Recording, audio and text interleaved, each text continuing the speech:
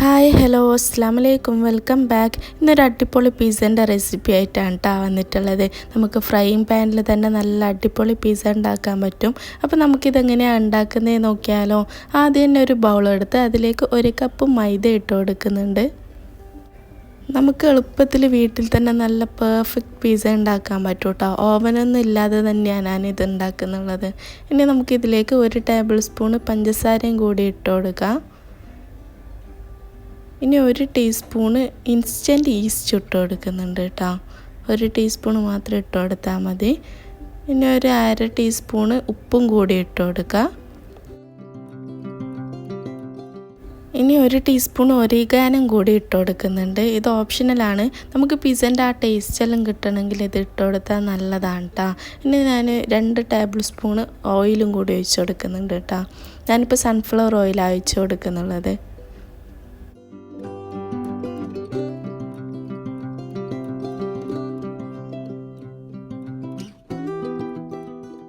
ഇനി 1/4 കപ്പ് വെള്ളം കൂടി ഒഴിച്ചിട്ട് നല്ല പോലെ ഒന്ന് മിക്സ് ചെയ്തെടുക്കണം കേട്ടോ. ഇത് ഞാനിപ്പോൾ ചെറിയൊരു ചൂടുള്ള വെള്ളമാണ് കേട്ടോ എടുത്തിട്ടുള്ളത്. ചെറിയ ചൂടുവെള്ളം എടുത്താൽ ആ ഈസ്റ്റെല്ലാം ഒന്ന് പൊങ്ങി വരാൻ ഹെൽപ്പ് ചെയ്യും കേട്ടോ നേരത്തെ തന്നെ. അതുകൊണ്ട് നല്ല പോലെ ഒന്ന് കുഴച്ചെടുക്കാം. സോഫ്റ്റായിട്ടുള്ള ഡോ ആണ് കേട്ടോ, അധികം ഹാർഡാവാൻ പാടില്ല. നല്ല പോലെ സോഫ്റ്റായിട്ടുള്ള ഡോ തന്നെ കുഴച്ചെടുക്കുക. ഇനി ഇത് നമുക്കിത് റെസ്റ്റ് ചെയ്യാൻ വെക്കണം കേട്ടോ. ഒരു മണിക്കൂറെങ്കിലും റെസ്റ്റ് ചെയ്യാൻ വെച്ചാൽ നല്ലതാണ്. നല്ല പോലെ പൊങ്ങി വരും കേട്ടോ ഈസ്റ്റെല്ലാം. അങ്ങനെ ഇതാ ഡോ ഡബിൾ സൈസായിട്ട് വന്നിട്ടുണ്ട് കേട്ടോ. ഞാനിപ്പോൾ ഒരു മണിക്കൂർ എന്തോ വെച്ചിട്ടുണ്ടായിനി. ഇങ്ങനെ ഇതാ നല്ല പോലെ പൊങ്ങി വന്നിട്ടുണ്ട് കേട്ടോ. പിസ്സേൻ്റെ ഡോ നല്ല സോഫ്റ്റ് ഡോ ആണ് കേട്ടോ ഇത്.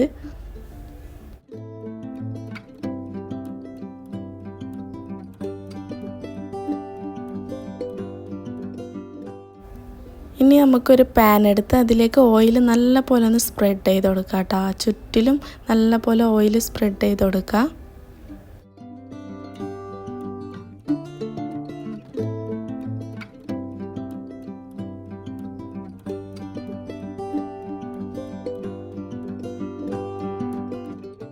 പിന്നെ ഇല്ലേ, പിസ്സേൻ്റെ ഡോ ഉണ്ടാക്കുമ്പോൾ ഈ പാൻ്റെ സൈസ് അനുസരിച്ചിട്ട് വേണം കേട്ടോ ഉണ്ടാക്കാൻ. വലിയ പാനാണെങ്കിൽ കുറച്ച് കൂടുതൽ തന്നെ ഉണ്ടാക്കണം. ഞാനിപ്പോൾ ഒരു മീഡിയം സൈസിലുള്ള പാനിലാണ് കേട്ടോ ഉണ്ടാക്കുന്നത്. ഇപ്പോൾ ഇതാ ഈ ഡോയിൽ നല്ല പോലെ ഒന്ന് പരത്തി കൊടുക്കുക കേട്ടോ. ഈ പാനിലേക്ക് മൊത്തത്തിലൊന്ന് പരത്തി കൊടുക്കാം. നല്ലോണം തിന്ന് വേണമെങ്കിൽ അങ്ങനെ ആവാം, അല്ലെങ്കിൽ കുറച്ച് തടിയിൽ വേണം എന്നുള്ളവർക്ക് അങ്ങനെയും ചെയ്യാം കേട്ടോ. ഞാനിപ്പോൾ നല്ല തിന്നായിട്ടാണ് പരത്തിയെടുക്കുന്നുള്ളത്. അങ്ങനെ ഇതാ പാന് ചുറ്റിലും നല്ല പോലെ സ്പ്രെഡ് ചെയ്ത് കൊടുത്തിട്ടുണ്ട് കേട്ടോ ഈ ഡോ.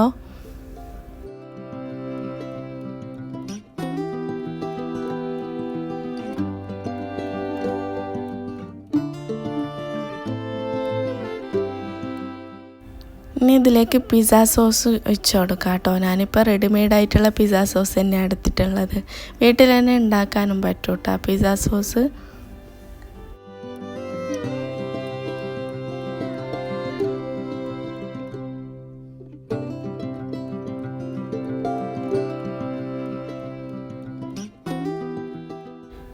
ഇനി ഈ സോസെല്ലാം എല്ലായിടത്തേക്കൊന്ന് നല്ല പോലെ ഒന്ന് ആക്കി കൊടുക്കുക കേട്ടോ. ചുറ്റിലും നല്ല പോലെ ഒന്ന് സ്പ്രെഡ് ചെയ്ത് കൊടുക്കുക സോസെല്ലാം.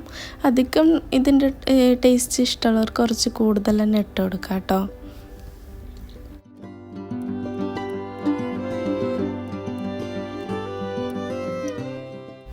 ഇനി ഇതിലേക്ക് ഞാനിപ്പോൾ ഇട്ട് കൊടുക്കുന്നുള്ളത് ഫ്രൈ ചെയ്ത് വെച്ച ബീഫാണ് കേട്ടോ. ചെറിയ കഷ്ണാക്കി ഫ്രൈ ആക്കിയതാണ്. ബീഫ് അല്ലെങ്കിലും ചിക്കനും ഇട്ട് കൊടുക്കാം കേട്ടോ. ഞാനിപ്പോൾ ബീഫ് പിസ്സയാണ് ഉണ്ടാക്കുന്നത്. അതുകൊണ്ട് ചെറുതായിട്ട് കട്ട് ചെയ്തിട്ട് നോർമലായിട്ട് നമ്മൾ ഏത് ഫ്ലേവറിലും വേണമെങ്കിൽ ഫ്രൈ ചെയ്തെടുക്കാം കേട്ടോ. ചിക്കൻ വേണമെങ്കിൽ ഇതുപോലെ തന്നെ ചെറിയ പീസായിട്ട് ഫ്രൈ ചെയ്തെടുത്താൽ മതി. ഞാനിപ്പോൾ ബീഫിലാണ് കേട്ടോ ഉണ്ടാക്കുന്നുള്ളത്. ഇങ്ങനെ നോർമലായിട്ട് ഫ്രൈ ചെയ്തെടുത്ത ബീഫ് തന്നെയാണ്. ഇത് ചുറ്റിലും നല്ല പോലെ ഒന്ന് ഇട്ട് കൊടുക്കുന്നുണ്ട് കേട്ടോ.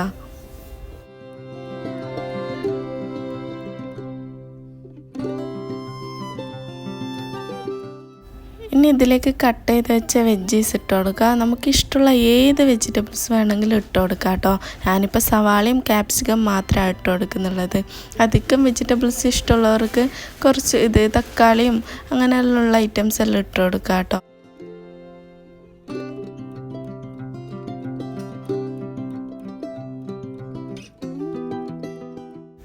ഞാൻ ഈ ക്യാപ്സിക്കം സവാളയെല്ലാം കുറച്ച് വലിയ സൈസായിട്ട് തന്നെ കട്ട് ചെയ്തിട്ടതാണ് കേട്ടോ.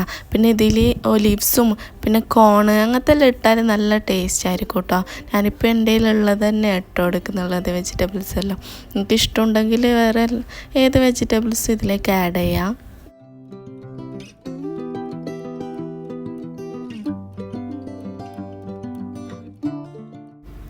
ഇനി ഇതിലേക്ക് വേണ്ടത് മെയിനായിട്ടുള്ള ഐറ്റമാണ് കേട്ടോ. പിസ്സയിൽ മെയിനായിട്ടുള്ള ഐറ്റമാണ് മൊസറല്ല ചീസ്. എനിക്കിഷ്ടമാണ് കേട്ടോ ഈ മൊസറല്ല ചീസ്. ഞാൻ കുറച്ച് കൂടുതൽ തന്നെ ഇട്ട് കൊടുക്കുന്നുണ്ട്. ഇതിൽ ചീസ് അധികം ഇട്ട് കൊടുത്താലും അത്രയ്ക്കും ടേസ്റ്റ് ആയിരിക്കും കേട്ടോ പിസ്സ. കൂടുതൽ ഇട്ട് കൊടുത്താൽ നല്ലതാണ്. ഞാൻ നല്ല പോലെ തന്നെ ഇട്ട് കൊടുക്കുന്നുണ്ട്. പിസ്സ ഉണ്ടാക്കുമില്ലേ മൊസറല്ല ചീസ് തന്നെ യൂസ് ചെയ്യണം കേട്ടോ. എന്നാലേ നമുക്ക് ആ ഒരു ടേസ്റ്റും അതിൻ്റെ ആ ടെക്സ്ചറെല്ലാം കിട്ടും. നമുക്ക് പിസ്സൻ്റെ ആ ടേസ്റ്റ് വരണമെന്നുണ്ടെങ്കിൽ മൊസറല്ല ചീസ് തന്നെ യൂസ് ചെയ്യുക.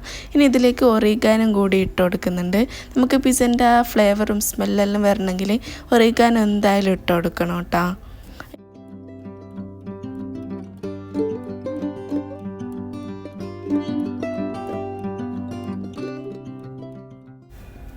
ഇനി ഇതിലേക്ക് ചില്ലി ഫ്ലേക്സും കൂടി ആഡ് ചെയ്യുന്നുണ്ട് കേട്ടോ. നമുക്ക് സ്പൈസി നല്ലോണം ഇഷ്ടമുള്ളവർ കുറച്ച് കൂടുതൽ തന്നെ ഇട്ട് കൊടുക്കുക.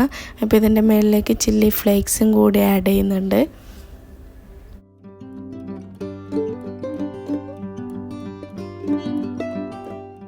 ഇനി നമുക്ക് ഈ പിസ്സ കുക്ക് ചെയ്തെടുക്കാം. ലോ ഫ്ലെയിമിൽ വെച്ചിട്ട് വേണം കേട്ടോ കുക്ക് ചെയ്തെടുക്കാൻ. ലോ ഫ്ലെയിമിൽ ഒരു 25 to 30 മിനിറ്റ് വരെ നല്ല പോലെ ഒന്ന് കുക്ക് ചെയ്തെടുക്കണം.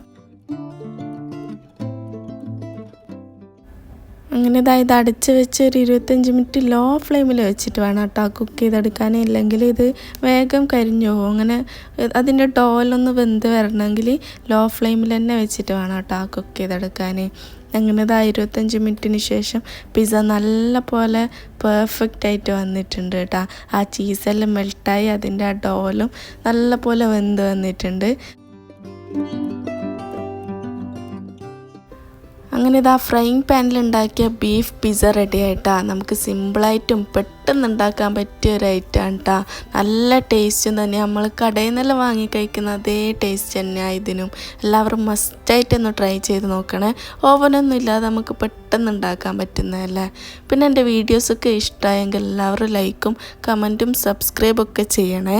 ഇനി മറ്റൊരു നല്ലൊരു വീഡിയോ ആയിട്ട് കാണാം. അപ്പോൾ ഓക്കെ, ബൈ.